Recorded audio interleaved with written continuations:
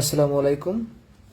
আশা করছি সকলেই মহান আল্লাহ তাআলার অশেষ রহমতে অনেক অনেক ভালো আছেন এবং সুস্থ আছেন।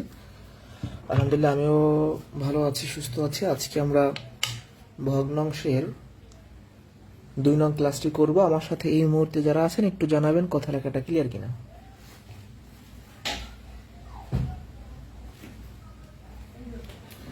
যারা যুক্ত আছি কথা লেখাটা ক্লিয়ার কিনা একটু আমাকে জানান, আমি শুরু করে দেব।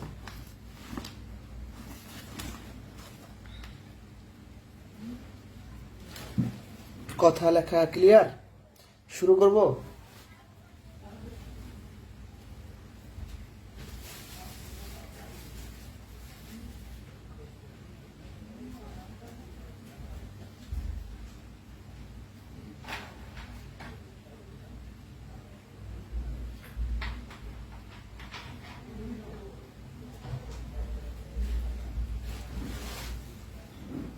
উপস্থিতি কম, বাট তারপর শুরু করতে হচ্ছে।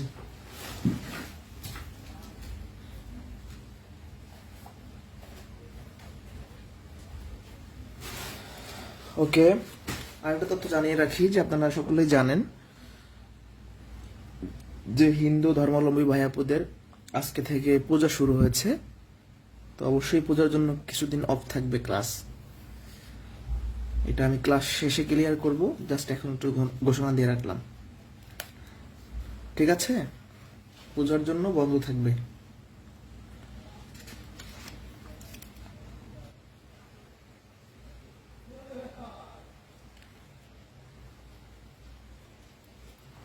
আমি শুরু করব, আর অপেক্ষা না করি।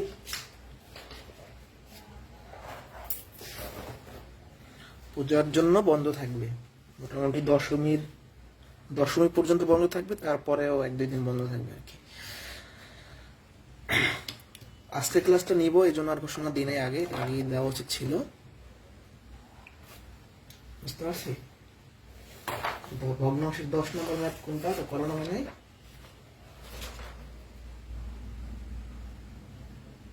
ভগ্নাংশের 10 নম্বর ম্যাথ তো গত ক্লাসে করানো হয়েছে।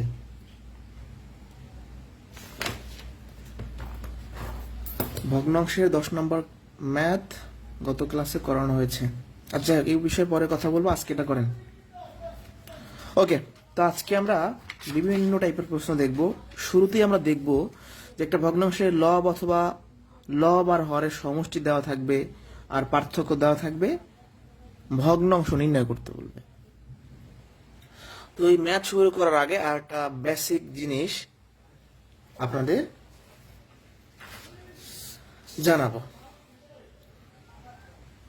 এখন দেখেন, আমি যদি বলি a প্লাস বি, এটা যে কথা, বি প্লাস এ, এই দুটো কিন্তু একই কথা। তার মানে যোগের সময় কে আগে থাকলো পরে থাকলো বা কোনটা বড় কোনটা ছোট ডাজন্ট ম্যাটার। অর্থাৎ 5 আর 2 যোগ করলে 7 হয়, আবার 2 আর 5 যোগ করলে কিন্তু 7 হয়। বাট বিয়োগের ক্ষেত্রে ব্যাপারটা কি? আমি যদি বলি এ মাইনাস বি, আবার যদি বলি বি মাইনাস এ, দুটো কিন্তু ভিন্ন জিনিস। বিয়োগের সময় কোনটা বড় কোনটা ছোট এটা ম্যাটার করে। যেমন 5 থেকে 2 বিয়োগ করলে 7 হয়, 2 থেকে 5 বিয়োগ করলে কি 7 হয়? না, -3 হয়। তার মানে আমরা যখন যোগ করি তখন বড় ছোট তেমন ভেরি করে না, কে বড় কে ছোট, কোনটা বড় কোনটা ছোট। হ্যাঁ, এখন দেখেন বিয়োগের ক্ষেত্রে যেটা বড় সেটা আমরা সবসময় কি আগে দিব। বিয়োগের ক্ষেত্রে যেটা বড় সেটা আগে দিতে হয়, এটা আমরা জানি কম বেশি। তারপর আলোচনা করলাম যে যোগের ক্ষেত্রে বড় ছোট ভেরি করে না, বিয়োগের ক্ষেত্রে ভেরি করে। এই লজিকটা আমরা এখানে অ্যাপ্লাই করব, এই জন্য আমি এটা দেখাই দিলাম। ওকে, তো যাই হোক, প্রশ্ন 21 বলা আছে একটি ভগ্নাংশের লব ও হরের পার্থক্য 1 এবং সমষ্টি 7, ভগ্নাংশটি কত? ফার্স্ট অফ অল আমরা একটা বেসিক নিয়মে দেখব, তারপর হচ্ছে অপশন টেস্টের মাধ্যমে দেখব। ঠিক আছে, এখন ভালো করে খেয়াল করেন।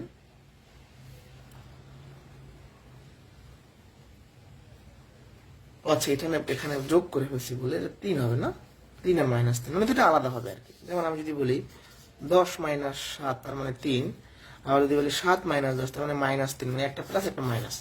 ঠিক আছে, এখন ভালো করে খেয়াল করেন, একটা ভগ্নাংশের লব ও হরের পার্থক্য দেওয়া আছে, সমষ্টি দেওয়া আছে, ভগ্নাংশটা কত। আমরা যেহেতু ভগ্নাংশটা জানি না, আগে বেসিক নিয়ম করি, তারপর অপশন টেস্টের মাধ্যমে এগুলো অল্প সময়ে পারবো আমরা। আমরা ধরি লব এক্স আর হর হচ্ছে ওয়াই। এখন যেহেতু পার্থক্য বলা আছে, অর্থাৎ বিয়োগ ফলের কথা বলা আছে, তাহলে অবশ্যই এখানে একটা বড় একটা ছোট। এখন প্রশ্নটা হলো এখানে কি লব বড় নাকি হর বড়, কোনটা বড় কোনটা ছোট? একটু ভালো করে খেয়াল করেন, লব কথাটা আগে বলা নাকি পরে বলা? আগে বলা। পার্থক্যের সময় বা বিয়োগের সময় যেটা আগে বলা থাকবে সেটা বড় হবে। যেহেতু লবটা আগে বলা আছে, তার মানে আমি বুঝে গেছি লব বড় হর ছোট, অর্থাৎ লব গ্রেটার দেন হর, এর মানে হলো লবটা হরের বড়। আচ্ছা, তাহলে এটা পেয়ে গেছি আমরা। ওকে, তাহলে প্রথম শর্ত মতে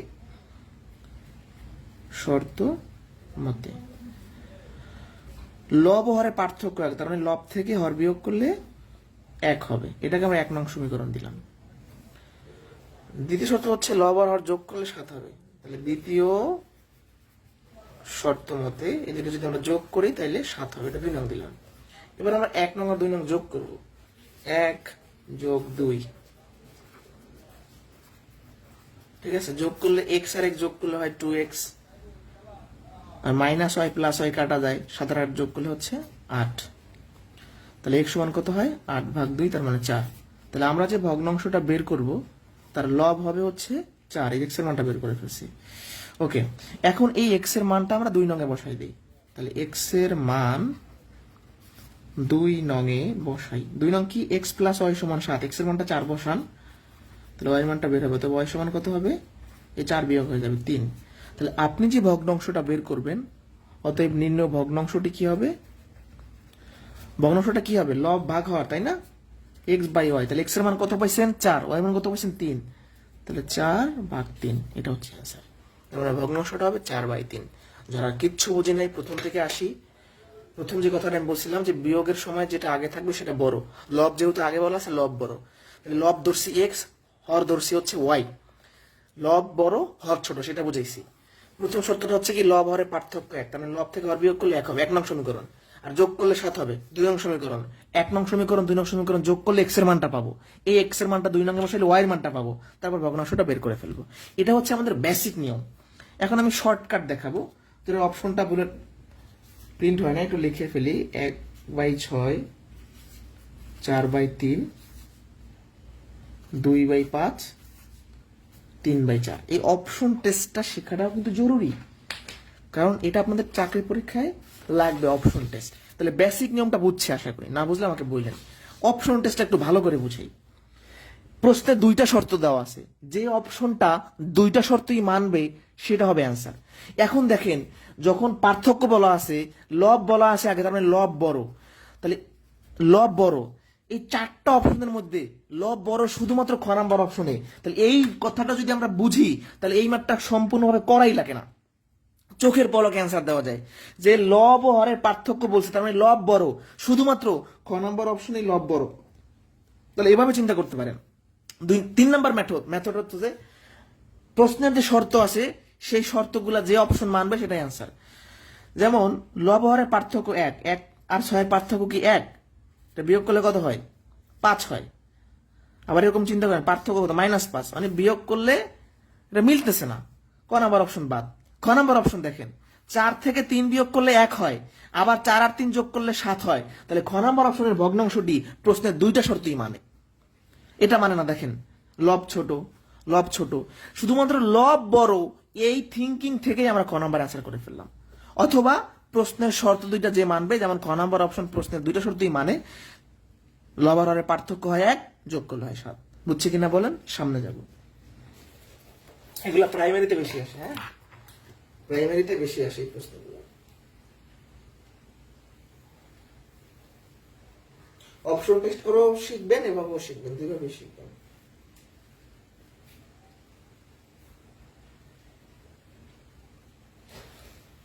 কোনো কোয়েশ্চেন? তাহলে এটা হচ্ছে বেসিক নিয়ম, রিটার্ন নিয়ম, এক্স ধরে সলিউশন। এটা হচ্ছে অপশন টেস্ট। ওকে, আচ্ছা, একটি ভগ্নাংশের লব ও হরের সমষ্টি 7, লবের সাথে 1 যোগ করলে হরের সমান হবে। দেখেন এখানে কিন্তু কোনো পার্থক্য নাই, বিয়োগফল নাই, তাহলে আমি আসলে বুঝতে পারবো না কে বড় কে ছোট, কারণ সমষ্টির ক্ষেত্রে বড় ছোট কোনো ভেরি করে না। তাহলে এখানে লব বড় না হর ছোট এটা আমরা বুঝতে পারতেছি না, দরকারও নাই আমাদের বোঝার। আমরা আগে বেসিক নিয়মে করব, তারপর অপশন টেস্টের মাধ্যমে করব, কথা শেষ। তাহলে লব ধরে নেই, যে ধরি লব এক্স আর হর হচ্ছে ওয়াই, কে বড় কে ছোটটা আমরা দেখলাম না, দরকার নেই আমাদের, যেহেতু বিয়োগফল নাই। তাহলে প্রথম শর্ত মতে লব হর যোগ করলে 7 হবে, তাহলে এক্স প্লাস ওয়াই সমান 7, এটা হচ্ছে 1 নং সমীকরণ। এবার দ্বিতীয় শর্ত মতে বলছে কি, লবের সাথে যদি আমি 1 যোগ করি হরের সমান হবে। ভাই লব হইলো আমার এক্স, 1 যোগ করলে হরের সমান হবে। দেখেন লবের সাথে 1 যোগ করলে হরের সমান হবে, আবার লবের সাথে 1 যোগ করলে হরের সমান হবে। এখন এটাকে একটু সাজাই নেই, এই ওয়াইটা এই পাশে বিয়োগ হয়ে যাবে, এই 1 এই পাশে বিয়োগ হয়ে যাবে, এটাকে আমরা 2 নং সমীকরণ দিলাম। এবার 1 নং আর 2 নং আমরা যোগ করে দেব, 1 যোগ 2, তাহলে এক্স প্লাস ওয়াই সমান 7, এক্স মাইনাস ওয়াই সমান হচ্ছে -1। এক্স আর এক্স যোগ করলে 2x plus Y minus Y কাটা যায়, 7 থেকে 1 বিয়োগ করলে 6, তাহলে এক্স এর মানটা কত হবে 3। তার মানে লব হবে 3, এই ক নাম্বার অপশন হচ্ছে आंसर। শুধুমাত্র এখানে 3 আছে, আমরা হরের মানটাও বের করি। এক্স এর মান 1 নং এ বসাই, এখানে এক্স প্লাস ওয়াই সমান 7, এক্স এর মানটা 3 বসান, অতএব ওয়াই এর মানটা কত হবে, এই 3 এর পাশে বিয়োগ হয়ে যাবে 4। তাহলে লব হইল আমাদের 3, হর হইল 4, তাহলে ভগ্নাংশটা কত হবে, উপরে লব নিচে হর, 3/4, ক নাম্বার হচ্ছে आंसर। একদম ইজি, এটা হলো বেসিক নিয়ম। শর্টকাট অথবা অপশন টেস্ট আমরা করি, এই শর্ত দুইটা যে অপশন মানবে সেটাই आंसर। দেখুন ক নাম্বার অপশন চিন্তা করেন, লব আর হরের সমষ্টি 7, দেখেন 3 আর 4 যোগ করলে 7 হচ্ছে, আবার লবের সাথে 1 যোগ করলে হরের সমান হয় কিনা, লব হইল 3, এর সাথে 1 যোগ করেন, হরের সমান হচ্ছে, লবের সাথে 1 যোগ করলে হরের সমান হয়। আরেকবার, একজন বলছেন 1 মাইনাস চিহ্নটা কোথায় যাবে, এই 7 থেকে 1 বিয়োগ করলে তো 6 হয়, মানে ব্যাপারটা হচ্ছে এরকম। দেখেন 7 যোগ -1, প্লাসে মাইনাসে গুণ করলে মাইনাস হয়, এগুলো বীজগণিতে যে পুরো ক্লিয়ার হবে। বীজগণিতের প্রথম চ্যাপ্টার এগুলো আমি ভালো করে শিখে দিচ্ছি, যদি সময় পান দেখে নিন। ওকে, তাহলে आंसर শেষ। খ নাম্বার কেন आंसर না, দেখেন 2 আর 3 যোগ করলে 5 হয়, 7 হয় না। এটা যোগ করলে 7 হয়, প্রথম শর্ত সে মানে, কিন্তু দ্বিতীয় শর্ত মানে না, কারণ লবের সাথে 1 যোগ করলে 3 হয়, বাট আমাদের হওয়ার কথা কত 5, এগুলো आंसर হবে না। তাহলে অপশন টেস্ট করে, মানে শর্তগুলা যেটা মানে সেটাই হচ্ছে आंसर। শুধুমাত্র ক নাম্বারে মানতেছে, এখানে যোগ করলে 7 হয় না, এখানে যোগ করলে 7 হয় না, তাহলে খ নাম্বার আর গ নাম্বার বাদ, হয় आंसर এইটা হবে না এইটা। এটা কেন হবে না, কারণ উপরের সংখ্যার সাথে 1 যোগ করলে 5 হচ্ছে না, কাহিনী শেষ। বুঝতে পারছি কিনা, বুঝতে পারছি কিনা বলেন।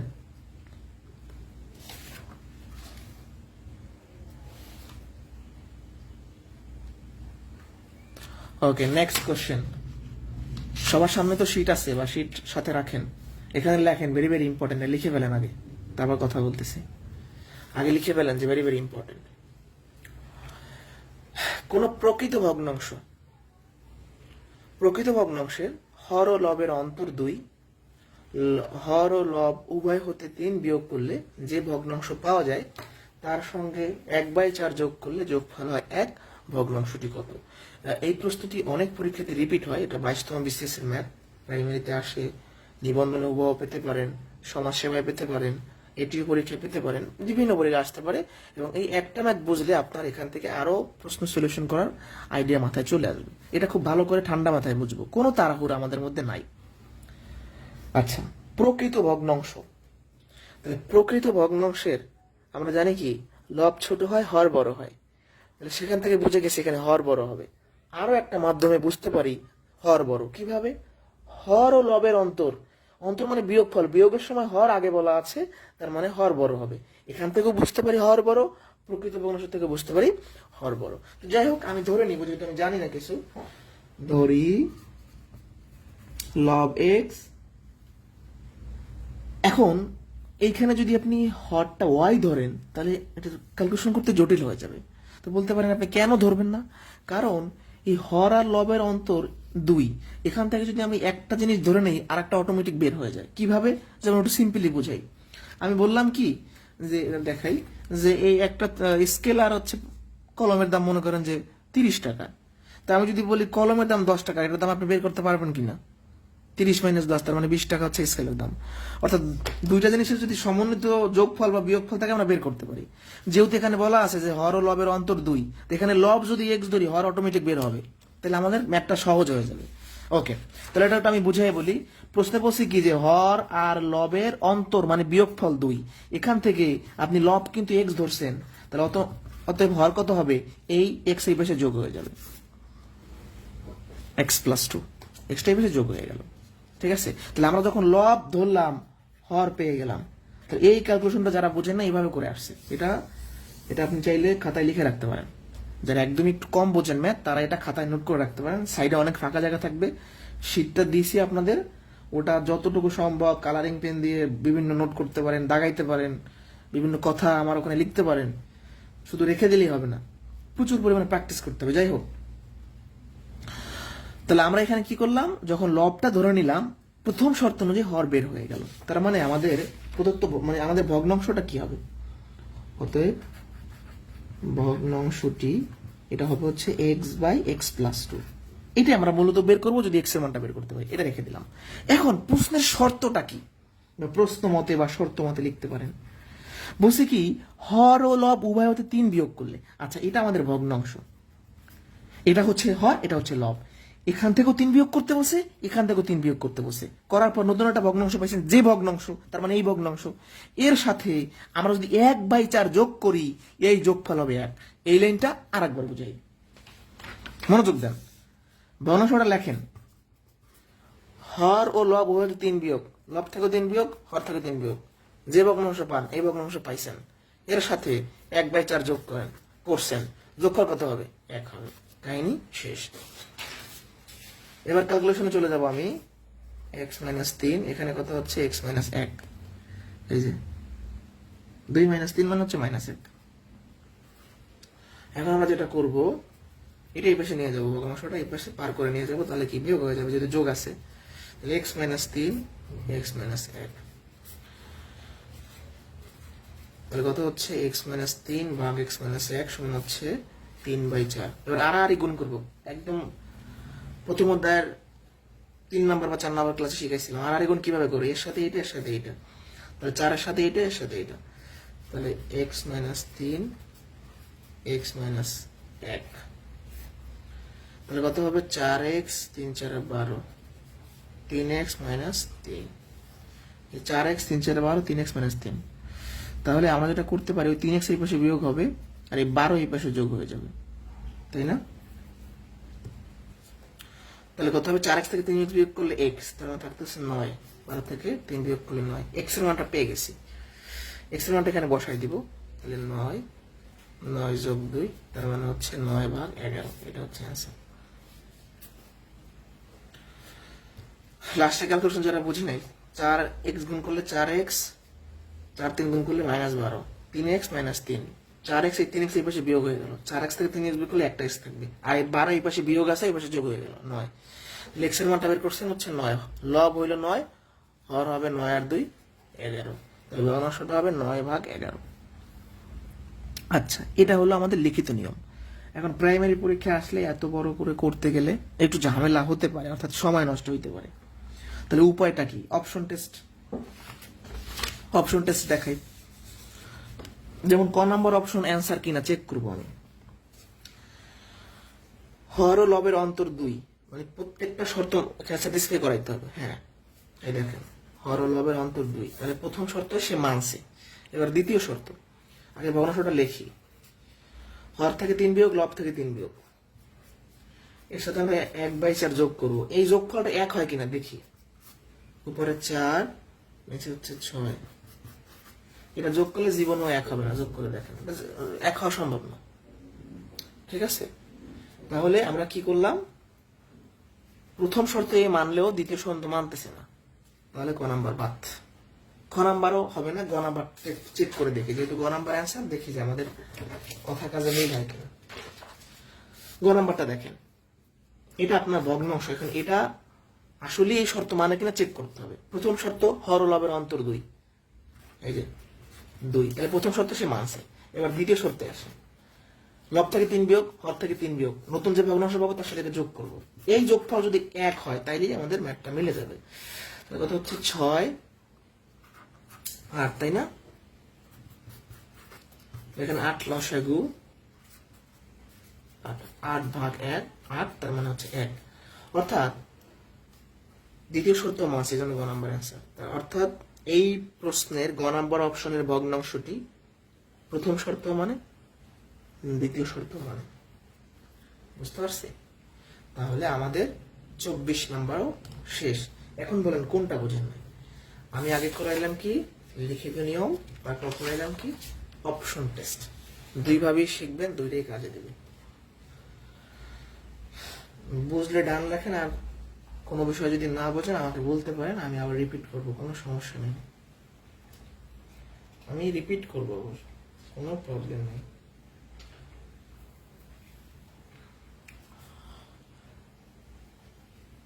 কোনটা ভেঙে বলবো?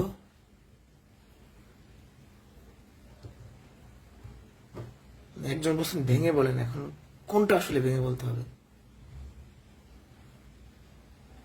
হ্যাঁ, কি বোঝেন একটু বললে আমি সেটা ভেঙে বলবো, কোনো সমস্যা নেই।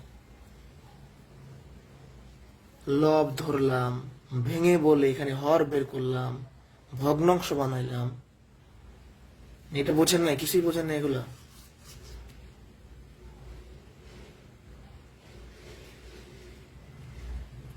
মানে এই ক্যালকুলেশন ভেঙে বলতে হবে?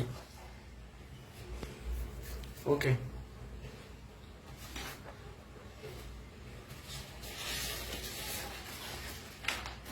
করেন, ভেঙে বোঝাচ্ছি আমি। খুব সহজ ম্যাথ, যখন বড় ম্যাথ করাবো স্টেপ বাই স্টেপ করাবো, ঠিক আছে? স্টেপ বাই স্টেপ যখন করাবো, যখন যেটা বুঝবেন না অটোমেটিক কোশ্চেন করে ফেলবেন, কারণ বড় প্রশ্ন বারবার রিপিট করা যায় না। কথা বুঝাইতে পারছি? এত বড় প্রশ্ন রিপিট করতে গেলে আবার 8-9 মিনিট লাগবে।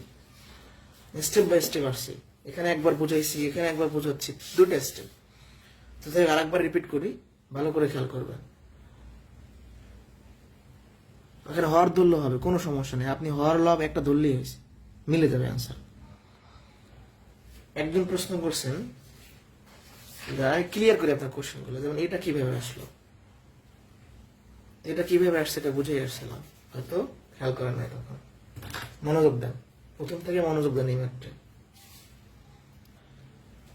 হর ও লবের অন্তর 2, প্রকৃত ভগ্নাংশ বলছে, তার মানে হর বড় লব ছোট। আমি লব ধরলাম এক্স, আমি লব ধরে নিছি এক্স। এই শর্ত অনুযায়ী হর বের হয়ে যাবে। কিভাবে হর বের হয়ে যাবে? প্রসিডিউরটা কি? প্রশ্ন বলছি কি যে হর আর লবের অন্তর হচ্ছে 1। এখানে আপনি লবটা কি ধরছেন, এই ভগ্নাংশটা যে লব, এটা কি ধরছেন আপনি? এক্স ধরছেন, তা লবের জায়গায় এক্স বসান। অন্তর 2, সরি 1 না, তাহলে হর কত হবে? এই এক্সটা এই পাশে যোগ হয়ে যাবে, এক্স প্লাস 2। তাহলে লব যখন ধরলাম, এই শর্ত থেকে হর বের হয়েছে, তাহলে হর বের হয়েছে কত? X plus 2। একটা ভগ্নাংশের লব যদি এক্স হয়, হর যদি এক্স প্লাস 2 হয়, তাহলে অত ভগ্নাংশটা কত? ভগ্নাংশের উপরে কি থাকে? লব থাকে, নিচে হর থাকে। এই পর্যন্ত শেষ। এখন কি? এখন হচ্ছে প্রশ্নের শর্ত অনুযায়ী কাজ করবেন। ভগ্নাংশ পাইছেন কি? এটা পাইছেন। হর ও লব উভয় থেকে 3 বিয়োগ করতে বলছে, এখান থেকে 3 বিয়োগ করেন, এখান থেকে 3 বিয়োগ করেন। যে ভগ্নাংশ পাওয়া যায়, এই ভগ্নাংশ পাইছেন, এর সাথে এটা যোগ করতে বলছে, যোগ করলে যোগ ফল 1 হবে। এই তো, এইটুকু কথা। উপরে x-3। ক্লাসের সময় ক্লাসে মনোযোগ দিবেন, শুধুমাত্র ক্লাসে মনোযোগ দিবেন। বাসায় কাজ করলে বা আদার্স করলে সেটার দায়ভার আমাদের না, এটা এখানে বিয়োগ হয়ে যাবে। বুঝতে পারছি? ক্লাসের সময় একদম মনোযোগ থাকবে শুধুমাত্র এখানে। এই অনলাইনে ক্লাস নেওয়ার একটাই ঝামেলা যে কে কি করতেছেন দেখতে পাচ্ছি না। যাই হোক, এটা খুবই ইম্পর্টেন্ট প্রশ্ন। এটা যদি না বোঝেন আমি আরেকবার বোঝাবো, একদম মানে ঠান্ডা মাথায় ভালো করে চিন্তা করেন যে কি বোঝেন না, এটা আরেকবার বোঝাবো, ঠিক আছে? এটা বুঝতে হবে, এটা না বুঝলে বড় বড় ম্যাথ পারবেন না এই টাইপের। আর এই গুণটা কি? 4-এর সাথে এটা গুণ হয়, 3-এর সাথে এটা গুণ হয়। আবারও বলছি, যারা ক্লাসে যুক্ত আছেন এটা ভালো করে লক্ষ্য করেন, কোনটা বোঝেন নাই। 3x - 3 উপরে নেই, এই 3x এই পাশে বিয়োগ হবে, এই 12 এই পাশে যোগ হবে। তাহলে 4x থেকে 3x বিয়োগ করলে একটা x থাকে, 12 থেকে 3 বিয়োগ করলে 9 থাকে। তাহলে x এর মানটা পাইছেন কত? 9। তাহলে আর কত হবে? 11। তাহলে কত হচ্ছে? 9/11। এখন দেখেন তো কোনটা বোঝেন না। দেখেন, কারণ আমি এখানে এই টাইপের একটা অঙ্ক করাইছি। এখন এইটাই যে পরীক্ষা আসবে এরকম কোনো কথা নাই। এখানে ঘুরে আসতে পারে, ঘুরাইয়া বিভিন্ন শর্ত দিতে পারে, অন্যটা বর্ণনা যোগ করতে বলতে পারে, বিয়োগফল বলতে পারে, অনেক কিছু বলতে পারে, সেটা কোনো সমস্যা না। আপনার এই লোকে সমীকরণ ডেভেলপ করাটাই মেইন। এই যেটা বানাচ্ছি অথবা মানে কি বলে সংখ্যা পদ্ধতির 4 নম্বর ক্লাসে যেভাবে আমরা শর্ত অনুযায়ী সমীকরণ বানাই সলিউশন করছি, সেই প্রসিডিউর এখানে আমরা করতেছি। ঠিক আছে? কোনো সমস্যা? সমস্যা নেই। আচ্ছা, এই এখানে সবাই সেটি লেখেন প্রাইমারি। এটা প্রাইমারির জন্য বেশি ইম্পর্টেন্ট। এগুলো খুব ছোট ছোট অঙ্ক, বাট অনেক বেশি পরীক্ষাতে আসে। এই প্রশ্নগুলো খুবই ছোট, বাট পরীক্ষায় বেশি আসে। হ্যাঁ, মানে একদমই ছোট, কিন্তু পরীক্ষায় আসে বেশি। আগে বেসিক নিয়ম, তারপর শর্টকাট। কোন সংখ্যার 7-এর 2 অংশ 64 এর সমান? আপনি জানেন না কোন সংখ্যা, ধরে নেন সংখ্যাটি এক্স। তাহলে কোন সংখ্যাটাকে, অজানা সংখ্যাটাকে আপনি এক্স ধরছেন, তাহলে কোন সংখ্যার 7/2 তার মানে এক্স এর 7/2। তাহলে কোন সংখ্যা 7/2 মানে এক্স এর 7/2, এটা সমান হবে 64। কোন সংখ্যা 7-এর 2 অংশ সমান 64? এক্স এর 7-এর 2 অংশ সমান 64। এক্স এর মানে গুণ 2/7, উপরে কত 2x, নিচে কত 7, আর গুণ করেন, এক পাশে আসবে 2x, এক পাশে আসবে 64 গুণন 7। তাহলে এক্স এর মানটা কত হবে? 64 গুণন 7, আর এই 2 এখানে ভাগ হয়ে যাবে, কত 32। 7 গুণ 14 4 হাত থাকছে 1, 321 আর 1 22, 224 হচ্ছে আনসার। বুঝতে পারছি? তাহলে এই অজানা সংখ্যাটাকে এক্স ধরলাম, সেই অনুযায়ী একটা সমীকরণ বানাইলাম। ম্যাথের 50% জিনিস শুধু এই সমীকরণের মাধ্যমেই সলিউশন করা হয়। প্রত্যেক চ্যাপ্টারে এক কাজ, সব জায়গায় এক কাজ। শতকরার ক্লাসে দেখবেন এরকম, তারপর হচ্ছে পিতা পুত্রের অঙ্ক এরকম, অনেক জায়গায় অনুপাতের অঙ্ক এরকম, মিশ্রের অঙ্ক এরকম, জ্যামিতির অঙ্ক এরকম। মানে এই সমীকরণ, শর্ত অনুযায়ী সমীকরণ, এটা দিয়ে দুনিয়ার অনেক ম্যাথ করে ফেলা যায়। মানে একটা প্রশ্নে যদি একটা শর্ত আমরা দিয়ে দিই, সে অনুযায়ী অনেক কাজ করা যায়। আচ্ছা, এটা তো আমরা বেসিক নিয়মটা বুঝতে পারছি। প্রাইমারি পরীক্ষা আসলে 2 মিনিট, 2 সেকেন্ডে করবো, 5 সেকেন্ডে করবো, কিভাবে?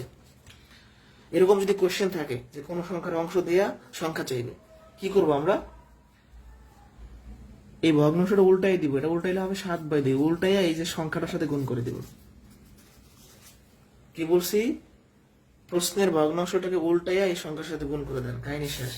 যেমন এটাকে উল্টান, তাহলে হবে কত? 7 উপরে 3 নিচে, আর এই সংখ্যার সাথে গুণ করে দেন।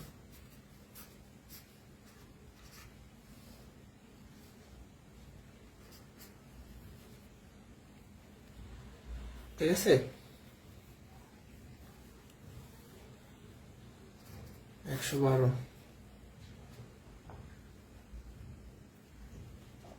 অ্যান্সার শেষ।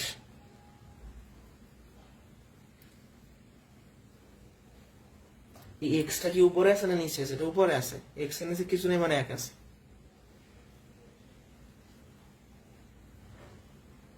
এই এক্সটা উপরে।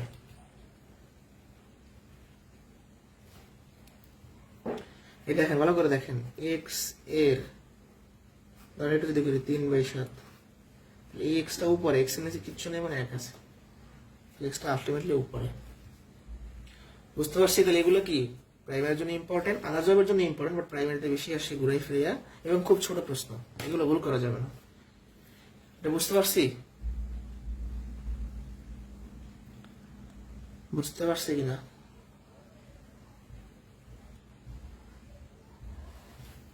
তাহলে এই ম্যাথটার জন্য আমরা কি করলাম? কোন সংখ্যা ধরলাম এক্স, তাহলে এক্স এর 3/7 সমান হচ্ছে 48, এখান থেকে এক্স এর মানটা বের হয়েছে। ওকে, বুঝতে পারছি কিনা বলেন তো? এটা বেসিক নিয়ম, এটা হলো শর্টকাট।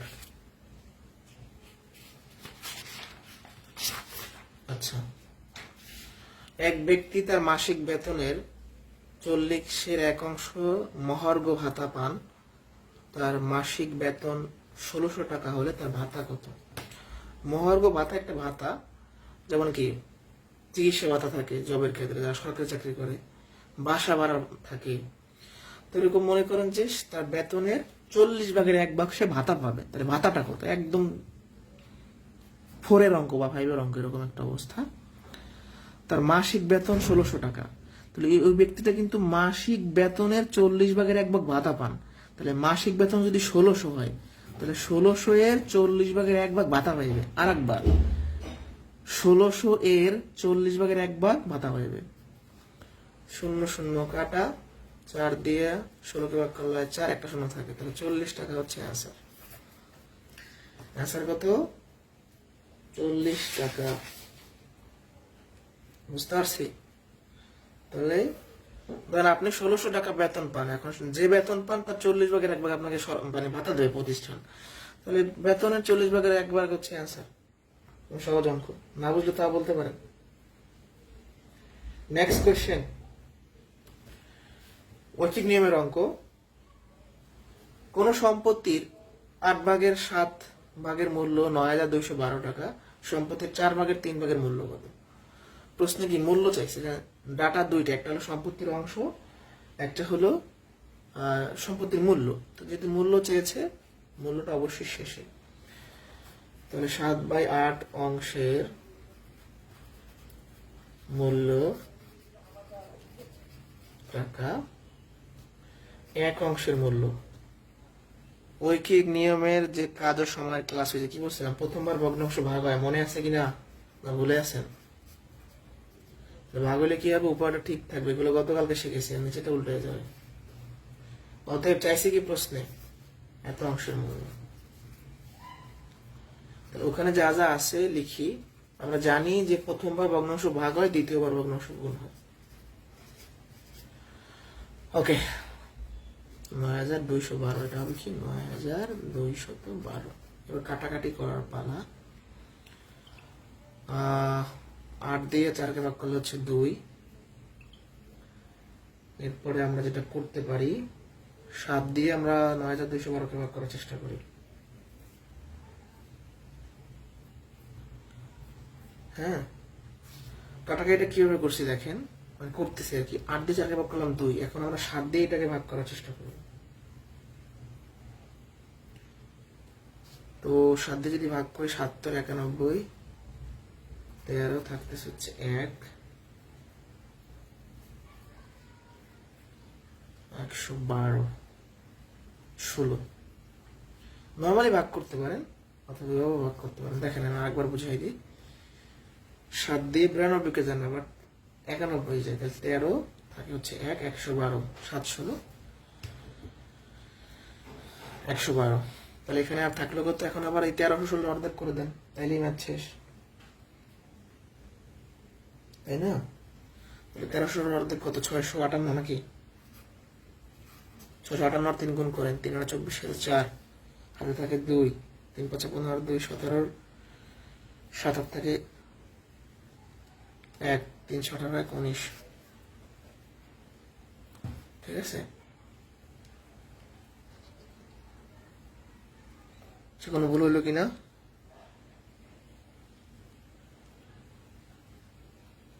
আর একবার দেখি ক্যালকুলেশনে কোনো ভুল হয়েছে কিনা। ও আচ্ছা আচ্ছা, দাঁড়ান, এখানে একেবারে লিখছি তো, তাই এরকম মনে হচ্ছে। এখানে করি, এটা আমাদের উপরে আছে 9212, এটা উপরে হবে না, তাই গুণ হবে, কিন্তু গুণটা আসলে নিচে হয়ে গেছে। আচ্ছা, এটা ফ্রেশ করে করি ক্যালকুলেশনটা, লাস্টের পার্টটা আরেকবার ফ্রেশ করে করি। দেখেন, 7/8 অংশের মূল্য 9212, 1 অংশের মূল্য প্রথমবার কি হবে? ভাগ হয়ে যাবে, এটা তাই তো? ভাগ যখন হইলো, এটা ক্যালকুলেশনটা এখানে করে ফেলি, এটা উল্টাই দেবে, 8 উপরে 7 নিচে। এবার বলছে কি 3/4 অংশের মূল্য, তাহলে এটা ঠিক থাকলো, এটা ঠিক থাকলো। এই ভগ্নাংশটা এখানে গুণ হবে, ঠিক আছে, ওকে। গুণ হইলেও দেখেন, এই গুণ হইলেও এটা কিন্তু চারটা নিচে চলে আসবে অটোমেটিক, চারটাকে নিচে চলে আসবে। আমি কোথায় বলেছি আমি তো দেখি তো আপনারা কি বলছেন।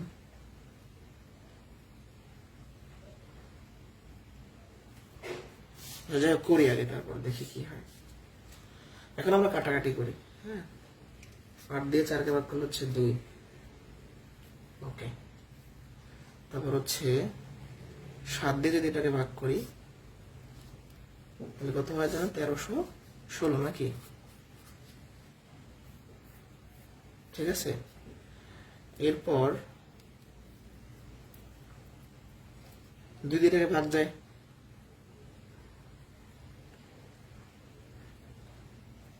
এলোমেলো হইলো কোথায় দেখি তো ক্যালকুলেশন।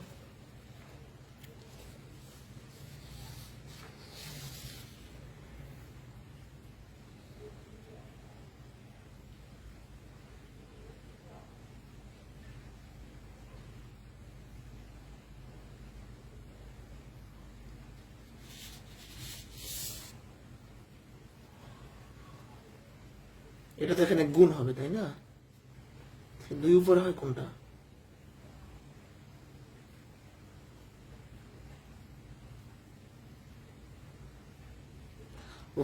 ও বারবার উপরে নিচে 2 লিখতেছে নাকি?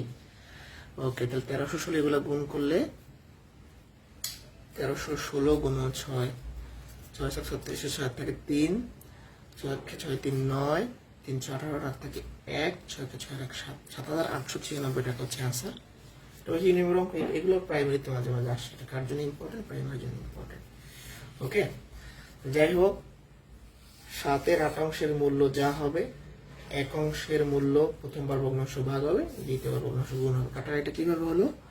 4 দিয়ে 8কে ভাগ করলে 2, আর এখানে 7 দিয়ে এটাকে ভাগ করলে হচ্ছে 1316, 1316 আর 6 গুণ করলে এটা হয়ে যাবে। ঠিক আছে, ভুলে বারবার হচ্ছে 2 নিচে লিখছি, এই জন্য এটাও ঠিক ছিল, এটাও ঠিক ছিল, দুটো উপরে হলে ঠিক আছে।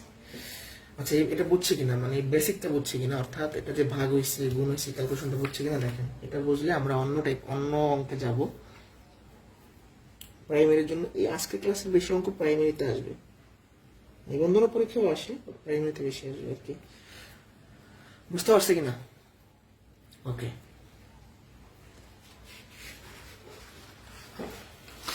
Next question. আমরা একটা মজার প্রশ্ন দেখব, এটা আসলে খুবই মজার। কেন মজার বলতেছি দেখেন, কোন সম্পত্তির অর্ধেক অংশের মূল্য 16,000 টাকা, ওই সম্পত্তির 8-এর 1 অংশের মূল্যের 4 গুণ কত? আজকে আমরা একটা নতুন বিষয় শিখব, যে ম্যাথমেটিক্সের মাধ্যমে মানুষকে ঘুরানো যায়। কিভাবে ঘুরানো যায় দেখেন, আগে ম্যাথ করি, তারপর সে ঘুরানোটা শিখি। আগে ম্যাথটা করে ফেলি। অর্ধেক অংশের মূল্য দেওয়া আছে, বলছে ওই সম্পত্তির 8-এর 1 অংশের মূল্যের 4 গুণ। এই শেষের লাইনটা খেয়াল করেন, সম্পত্তির 8-এর 1 অংশের 4 গুণ বের করতে বলছে। আরেকবার, সম্পত্তি 8-এর 1 অংশের 4 গুণ বের করতে বলছে। তাহলে 8-এর 1 থাকলো, অংশের মানে এর 4 গুণ, 4 দিয়ে এটাকে ভাগ করলে হয় 2, তার মানে হাফ। তাহলে হাফ অংশের মূল্য কত? 16,000। তাহলে অ্যান্সার 16,000 টাকা। তার মানে এখন দেখেন, আমরা যদি কোনো কিছু অর্ধেক বলি সেটাও যে কথা, আর ওই জিনিসের 8 ভাগের 1 ভাগের 4 গুণ একই কথা। মানে আপনি কারো কাছে 20,000 টাকা পান, তো বললেন কি যে ভাই আমাকে অর্ধেক টাকা দাও, এটা না বলে আপনি তাকে বলতে পারবেন যে আমি যে টাকা দিয়েছিলাম তার 8 ভাগের 1 ভাগের 4 গুণ দাও। মানে এটা আমরা আজকে থেকে অর্ধেক না বলে, কোনো কিছু অর্ধেক না বলে এই কথাটা বলতে পারবো। যদি আমি বলি যে সম্পত্তির আমি অর্ধেক অংশ পাবো, এটা না বলে আমি তাকে বলতে পারবো যে আমি সম্পত্তির 8-এর 1 অংশের মূল্য যে হবে তার 4 গুণ পাবো। ঠিক আছে, আরেকবার বলছি, অর্ধেকও যে কথা, 8 ভাগের 1 ভাগের 4 গুণ একই কথা। আরেকবার, অর্ধেকও যা হবে এটাকে যদি ঘুরাই আমরা বলি তাহলে বলতে পারবো 8 ভাগের 1 ভাগের 4 গুণ হবে। তাহলে আজকে থেকে আপনি কাউকে যখন কোনো কিছু কারোর কাছে চাইবেন, অর্ধেক না চাই এইভাবে চাইবেন, তাহলে সে একটু কি বিচলিত হয়ে যাবে। বুঝতে পারছি? তাহলে 8/1/4 বুঝতে পারছি কিনা?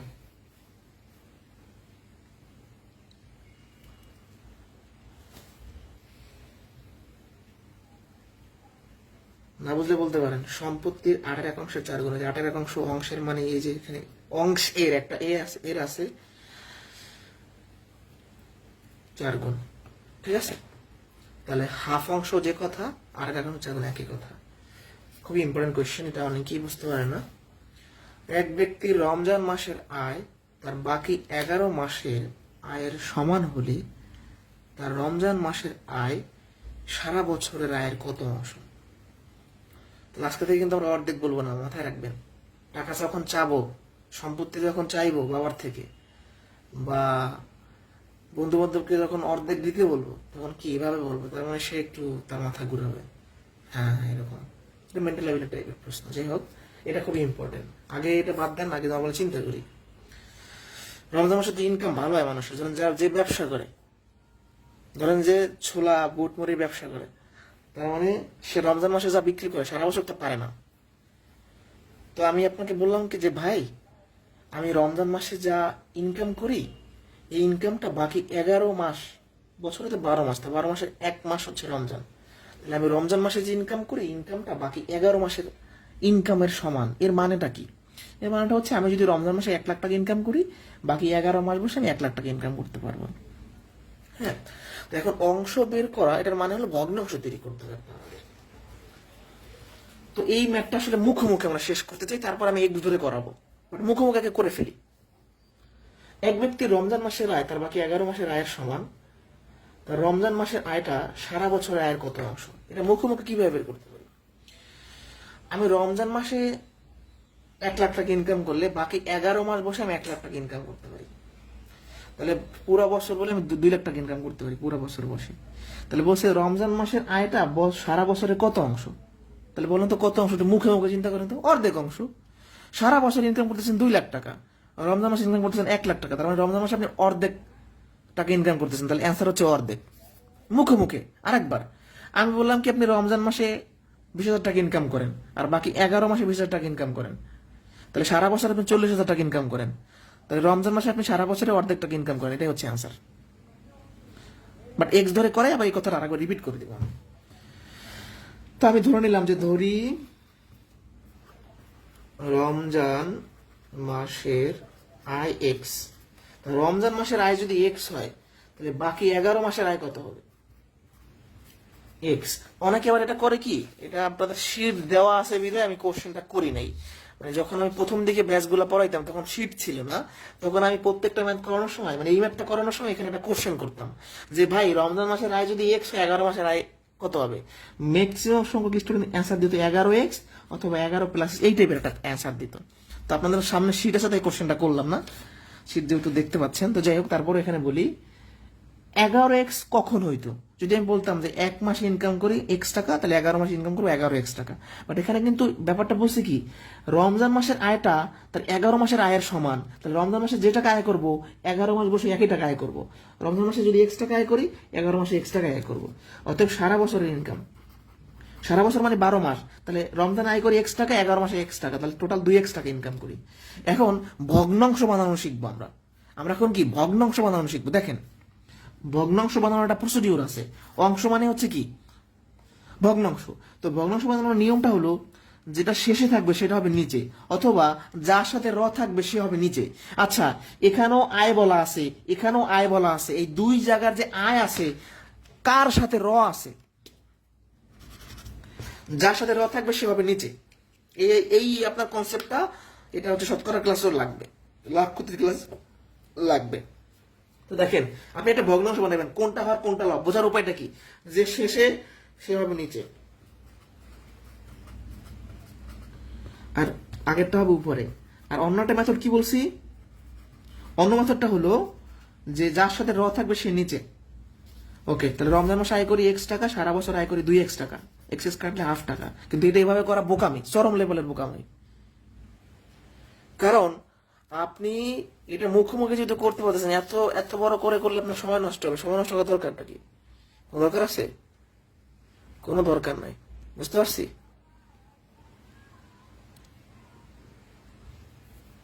আরেকবার রিপিট করছি আমি প্রথম থেকে। রমজান মাসে যে টাকা ইনকাম করি, বাকি 11 মাস বসে একই ইনকাম করি, তাহলে টোটাল আমি বছরে 2x টাকা ইনকাম করি। তাহলে রমজান মাসে আমি বছরে সারা বছরের যে ইনকাম তার অর্ধেক ইনকাম আমি রমজান মাসে করি, তাই অর্ধেক হচ্ছে হাসার, অর্ধেক মানে কি হাফ। এটা এভাবেও চিন্তা করতে পারেন, অথবা যদি একদম মাথা ঠান্ডা রেখে মুখোমুখি হিসাব করেন তাইলেও হবে। যে রমজান মাসে যদি আমি 50,000 টাকা ইনকাম করি, বাকি 11 মাসে 50,000 ইনকাম করবো, পুরো বছর 1 লাখ ইনকাম করবো। তাহলে পুরো বছর ইনকাম করি 1 লাখ, রমজানে করে হচ্ছে তার অর্ধেক, অর্ধেক হচ্ছে হাসার। বুঝছেন কিনা বলে?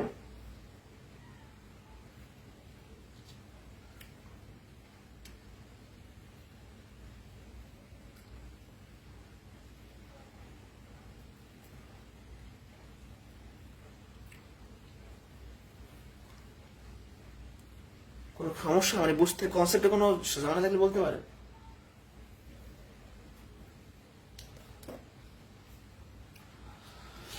ওকে, এই কোশ্চেনটা বিশেষ মেন্টাল লেভেলে আসে, বাট মাঝে মাঝে বিভিন্ন পরীক্ষা দিয়ে দিতে পারে আর কি।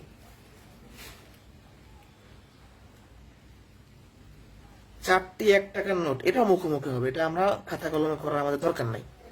4টি 1 টাকার নোট এবং 8টি 2 টাকার নোট একত্রে 8টি 5 টাকার নোটের কত অংশ? এটা একটা ডাটা, এটা একটা ডাটা। আপনার কাছে 4টা 1 টাকার নোট আছে আর 8টা 2 টাকার নোট আছে, আপনার বন্ধুর কাছে 8টা 5 টাকার নোট আছে।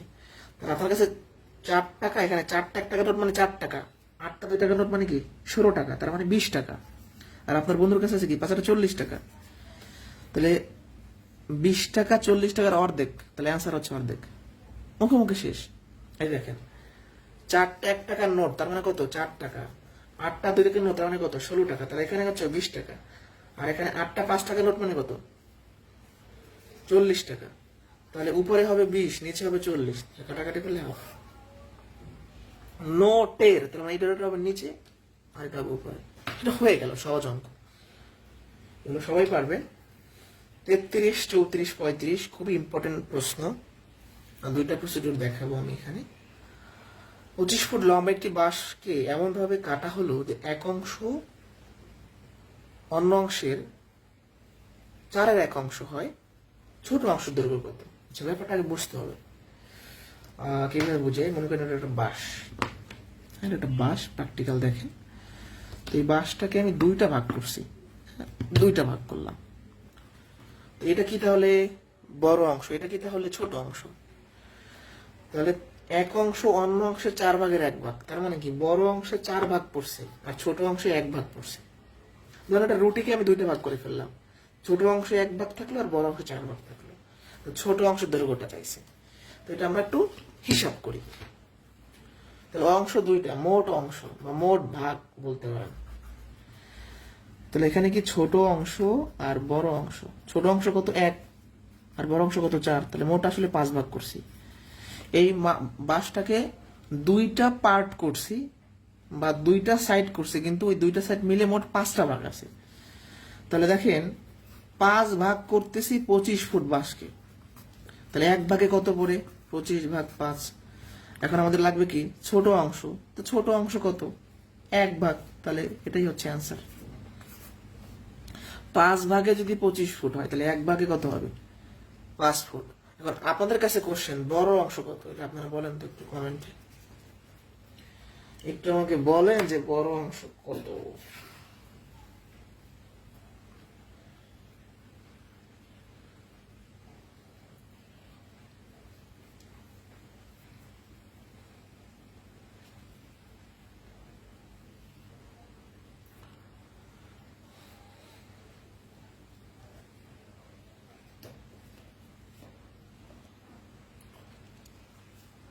বিশ।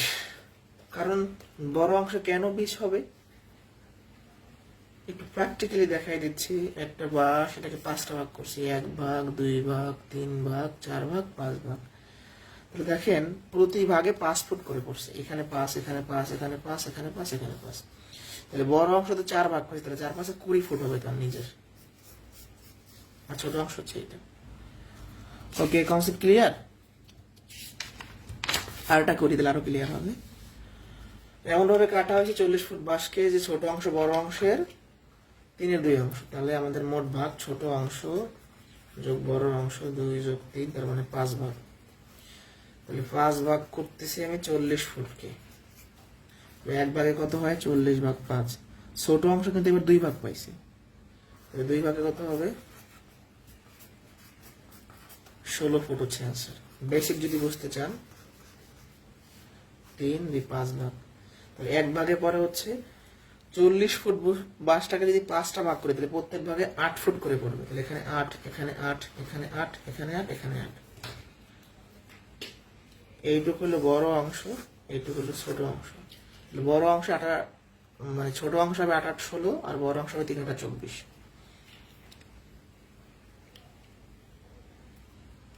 এটার আছে 8 না, এটার আছে 16। এখানে ছোট অংশ 2 ভাগ পড়েছে, তাহলে এক ভাগে যদি 8 ফুট হয় 2 ভাগে 16 ফুট হবে।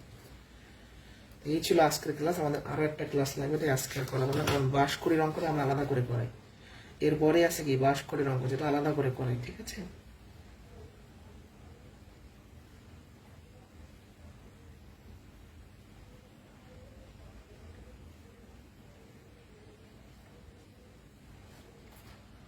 বুঝতে পারছি। এখন পূজার বন্ধ নিয়ে বলি। যারা হিন্দু ধর্মাবলম্বী ভাইয়াপুরা আছেন, আপনাদের আসলে মানে কতদিন বন্ধ দিলে ভালো হয়? আসলে এটা মানে দশমীর যে পূজা আপনাদের সর্বশেষ, তারপর 1 থেকে 2 দিন বন্ধ থাকবে, সেই হিসাব করে আমরা বন্ধটা দিব। কারণ আজকে কত শুরু হয়েছে? আজকে পূজা নাকি? কালকে থেকে বন্ধ শুরু। এমনি তো কালকে বন্ধ, বৃহস্পতিবার ক্লাস হয় না, শুক্রবার ক্লাস হয় না, তার মানে 2 দিন তো এমনিতেই বন্ধ পাচ্ছেন। তাহলে মানে দশমীর পর আর একদিন বন্ধ থাকবে। আমি এটা একটা কাজ করি, আমি এটা ঘোষণা দিয়ে দিব অফিসিয়ালি, নোটিশ করে দিব, আপনাদের গ্রুপে দিয়ে দেবো, তাহলে ভালো হয়। আমি একটু দেখে কয় তারিখ পর্যন্ত বন্ধ দিলে ভালো হয়। খুব বেশি বন্ধ দেওয়ার দরকার নেই আমাদের। ঈদ কোরবানির সময় যেমন বন্ধ থাকে, পুজোর সময় বন্ধ থাকবে। ওকে, এটা আমি ঘোষণা দিয়ে দেবো, সমস্যা নেই।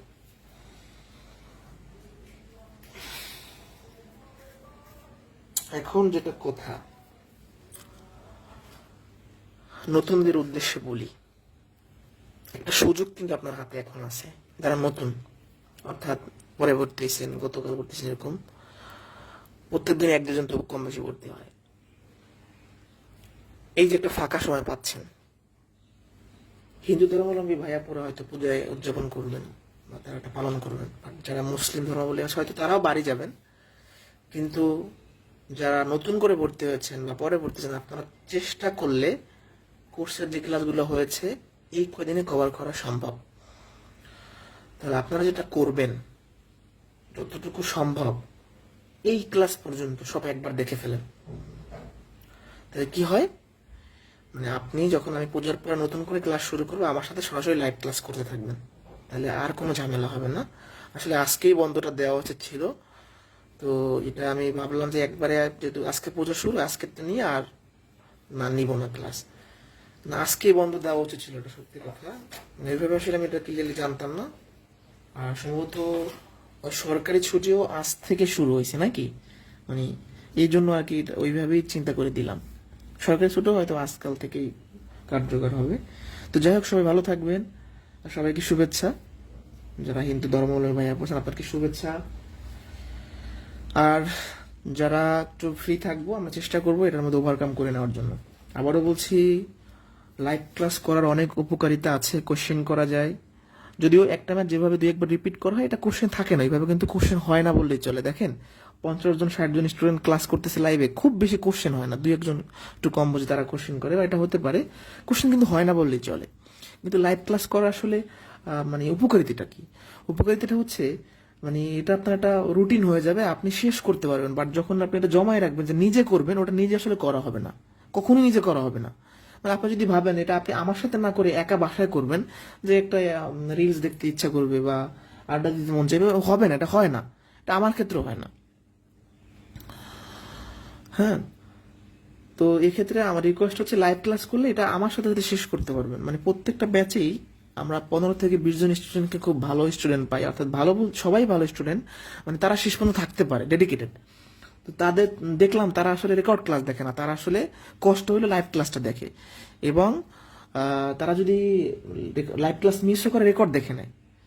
তো আমার তো ওই ধরনের স্টুডেন্ট দরকার যারা অ্যাক্টিভ খুব, যে তারা আমি ক্লাস যদি লেট করে আসি তারা ফোন করে জিজ্ঞেস করবে, বা আমি যদি কোনো সমস্যা থাকে না নিতে পারি, তারা মানে তারা ক্লাসের জন্য অপেক্ষা করবে, বা তারা প্রত্যেকটা ক্লাসের জন্য সবসময় ওয়েট মানে করবে। এটাই হচ্ছে আমরা এই ধরনের স্টুডেন্ট চাই, যে তারা শেষ পর্যন্ত ডেডিকেটেড থাকবে। তো কথাটা হচ্ছে ডেডিকেটেড থাকতে হবে ভাই। আর যারা ভাবেন যে এই শীত পড়লে হবে কিনা, এই কোর্স করলে হবে কিনা, আপনি এটাকে শেষ করে দেখেন, তারপর মানে অনেক স্টুডেন্ট আছে আগেই অগ্রিম ভেবে নাই যে এটা পড়লে হবে কিনা, অন্য বই পড়বো কিনা বাজারের। হ্যাঁ, অন্য যে কোনো বই রাখতে পারেন, সেটা তো সমস্যা নেই, বাট আগে এটা শেষ করেন ভাই, এটাই শেষ করেন। এটা শেষ করতে অনেকে পারবে না। প্রথম ক্লাস সব স্টুডেন্ট করে না, তার মানে বোঝেন অনলাইন ক্লাস কি। মানে প্রথম ক্লাসে একটা স্যারের কাছে যদি কেউ পড়তে চায়, তাহলে প্রথম ক্লাসে এটা না করে তো বুঝতে পারে না যে সে কিরকম পড়ায় না পড়ায়। ধরে নিলাম যে একজন ভালো পড়ায় না, ধরে নিলাম আমি ভালো পড়াই না, মানে সে তো প্রথম ক্লাস করবে। তা প্রথম ক্লাসে স্টুডেন্ট থাকে 70%, বাকি 30% কই? ওই যে ভর্তি হয়েছে, ঘুরতে গেছে, বা পরে করে নেবে, বা বিপদে আছে, সমস্যায় আছে, ডিপ্রেশনে আছে, এ হইতে পারে এরকম। এটাই অনলাইন ক্লাস। শুধু অনলাইনে, অফলাইনে অনেকে টাকা দিয়ে ভর্তি হয়ে কয়দিন পর খোঁজ থাকে না, এটাই হয়। কনফিডেন্স সব বিভিন্ন কোচিং এ আবার জরিমানা টাইপের একটা ব্যাপার আছে, সেটা ভালো পরীক্ষা না দিলে জরিমানা। তো আপনাদের তো অনলাইনে এটা সম্ভব না, তখন আবার বলবো যে স্যার টাকা পয়সা ব্যবসা শুরু করছে, এরকম না। যতটুকু সম্ভব গাইডলাইন এটা দেওয়া উচিত। আর ঈদের পরে, মানে সরি ঈদ তো না, পূজার পরে আপনাদের একটা মিটিং হবে, অর্থাৎ অনলাইনে জুম মিটিং করব। প্রত্যেকটা ব্যাচই প্রথম দিকে করে থাকি, শেষ দিকে আর হয় না, প্রথম দিকে একটা করি। তো এই মিটিংটা হবে এই কারণে যে মানে আপনাদের আসলে মতামত নেওয়া, এবং আমি আরো কিছু কথাবার্তা বলে দিব যে কিভাবে কি করবেন না করবেন, বা কারো যদি কোনো সমস্যা ফেস হয়, ম্যাথমেটিক্যাল সমস্যা না, বা কোনো ম্যাথ করাবো না এরকম না, মানে কোর্স করতে আপনাদের কি সমস্যা হচ্ছে না হচ্ছে এই বিষয়ে আলোচনা করা, বা আপনি গণিতে কি ভয় পাচ্ছেন, বা কোন কারণে আপনার গণিত করতে মন চাচ্ছে না, এই বিষয়ে একটা ছোটখাটো সেমিনারের মতো হবে। এটা আমি ওই পূজার ছুটি শেষ হোক আমি বলে দিব। অবশ্যই এটা জমে হবে, হ্যাঁ জমে হবে। এটা আগের ব্যাচও হয়েছে, আপনাদেরও হবে। চেষ্টা করবেন সবাই থাকার জন্য। দুইটা এক্সাম হয়েছে, শুক্রবার এক্সাম হবে না, যেহেতু পূজার ছুটি, এক্সামটা নেওয়া ঠিক না এখন। যারা পূজা পালন করবে তারা তার পড়তে পারতেছে না, এটা পূজার পরেই হবে আর কি। পরীক্ষা হবে না, মানে বন্ধ মানে কোর্সের সকল কার্যক্রম বন্ধ থাকবে। হ্যাঁ, আমাকে যারা মেসেজ করেন টুকটাক বিভিন্ন বিষয়, সেটা করতে পারেন, সমস্যা নেই, আমি ফ্রি থাকি। কিন্তু তারপরেও পূজার সময় অফিসিয়ালি কোনো কিছু হবে না, ক্লাস পরীক্ষা কোনো কিছুই হবে না। আর ভালো থাকেন সবাই, সবার জন্য দোয়া রইলো। আর মানে ছুটি মানে যে সব অফ করে দেবেন তা না, যারা মুসলিম ধর্মাবলম্বী আছেন চেষ্টা করবেন বাসায় সময় দেওয়ার জন্য। আমি ম্যাথ পড়াচ্ছি, ম্যাথের কথাই বলি, যেটা কয়েকদিন না করলে ভুলে যাবেন, মানে মাস্ট বি ভুলে যাবেন। আচ্ছা, আমরা যারা ক্লাস নেই, আপনার কি মনে হয় যে আমরা সব ম্যাথ পারি? মানে আমি যদি বলি যে আমি সব ম্যাথ পারি, এটা একদম ভুল ধারণা, মানে এটা ভুল হবে। কোনো টিচার যদি বলে আমি দুনিয়ার সব ম্যাথ পাবো, সে আসলে সঠিক বলবে কিনা আমি জানি না, এটা সম্ভব না। হ্যাঁ, ম্যাথের নিয়ম পারা যায় বা শুরু করা যায়, বাট আলটিমেটলি ম্যাথটা মিলবে কিনা এটা, তার মানে এই কথা দ্বারা আমি এটা বোঝাতে চাচ্ছি, আমাদেরও কিন্তু ক্লাস নিতে পড়াশোনা করে আসতে হয়। এখন অবশ্য আমার আসতে হয় না, বাট টুকটাক তো একটু দেখা লাগে বা ই হয়।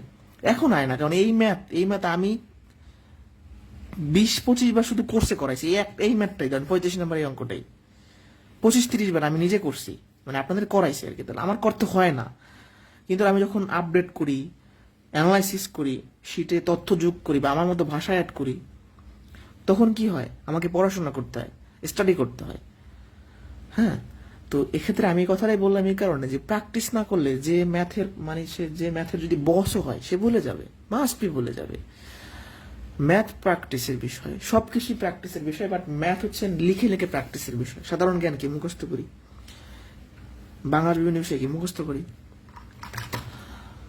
আর একটা কথা বলবো যে যারা প্রাইমারি বা নিবন্ধন বা আদার্স জবের জন্য বেশি পড়াশোনা করতেছেন, আপনারা বিগত বিসিএস এর প্রশ্নগুলো খেয়ে ফেলেন। বাজারে বিগত শুধু বিসিএস এর বই, মানে বিসিএস এর সলিউশন পাওয়া যায়, দশম বিসিএস থেকে 46 পর্যন্ত, আপডেটটা কিনে ফেলেন। প্রফেসর প্রিসেপ্টার্স সহ বিভিন্ন বই আছে, আমার কাছে প্রফেসরসও আছে, প্রিসেপ্টার্সও আছে। আমার কাছে পিক্সেল ক্লাসটা হচ্ছে বেশি ভালো লাগছে, এটা কিনতে পারেন। তো আপনি আপনার অনেক স্টুডেন্ট ফোন দিয়ে বলে কি, ধরেন এই কোর্সে ভর্তি হওয়ার সময় যখন জানে এটা বিসিএস এর কোর্স, তখন আর ভর্তি হয় না। মানে তারা ভাবে যে প্রাইমারি পরীক্ষা দিলে মনে হয় বিসিএস এর কোশ্চেন লাগে না। তারা এটাই জানে না যে বিসিএস এর ম্যাথ হুবহু প্রাইমারি 5টা বা 3টা হুবহু থাকবে, এটা গ্যারান্টি। হুবহু থাকবে, কমা দাঁড়িয়ে চেঞ্জ হবে না, ঠিক আছে? তো সেটা সব সাবজেক্টের জন্য, ম্যাথ পড়ায় ম্যাথের কথা বলতেছি, সব সাবজেক্টে রিপিট হয় মোটামুটি, প্রাইমারিতে বিশেষ করে প্রাইমারিতে রিপিট হয় বেশি। আর নিবন্ধনে কোশ্চেন বানায় দেয়, নিবন্ধনে যারা কোশ্চেন করে তারা খুবই ভালো মানের কোশ্চেন করে। মানে প্রাইমারিতে বইয়ের প্রশ্ন করে বেশি, তো অনেক সময় হুবহু প্রশ্ন দিয়ে দেয়, কিন্তু নিবন্ধনের কোশ্চেনগুলো একদম লজিক্যাল, বিভিন্ন ম্যাথ থাকে লজিক টাইপের, অর্থাৎ আপনি না করে গেলে পারবেন না, বা আপনার যদি বেসিক ক্লিয়ার না থাকে পারবেন না। প্রাইমারিতে হয়তো আপনি হুবহু ম্যাথ পাবেন, নিবন্ধনে হুবহু না পাইতে পারেন। এবং কলেজ পর্যায়ে স্ট্যান্ডার্ড মানের প্রশ্ন হয়, ইভেন বিসিএস এর প্রিলির থেকে কলেজ পর্যায়ে নিবন্ধনে কঠিন প্রশ্ন হয়, এটা সত্য কথা ম্যাথের ক্ষেত্রে। তো এই জন্য আমাদের কোর্সটা হচ্ছে এমন একটা কোর্স যে আপনি সকল টাইপের পরীক্ষার জন্যই মোটামুটি প্রশ্ন পাবেন এখানে। সব করাই দিই বা 100% এরকম না, তো মোটামুটি পাবেন, টুকটাক পাবেন। এই কোর্সে বিশেষ লিখিত প্রশ্ন পাবেন, শতকরায় আছে, লাভ কোচিতে বিশেষ লিখিত প্রশ্ন আছে, টুকটাক থাকে। হ্যাঁ, এই কোর্স করলে মোটামুটি এসআইয়ের যে পরীক্ষা হয় এটা হয়ে যাবে, 11 থেকে 20-এর অনেক প্রশ্ন পরীক্ষার প্রশ্ন হয়ে যাবে। তো যাই হোক, কথা না বাড়াই, ভালো থাকেন সবাই। আর আমি অফিসিয়ালি এটা ঘোষণা করে দিব পুজোর ছুটি উপলক্ষে কতদিন বন্ধ থাকবে, ঘোষণা দিয়ে দিব। ভালো থাকেন সবাই, আল্লাহ হাফেজ।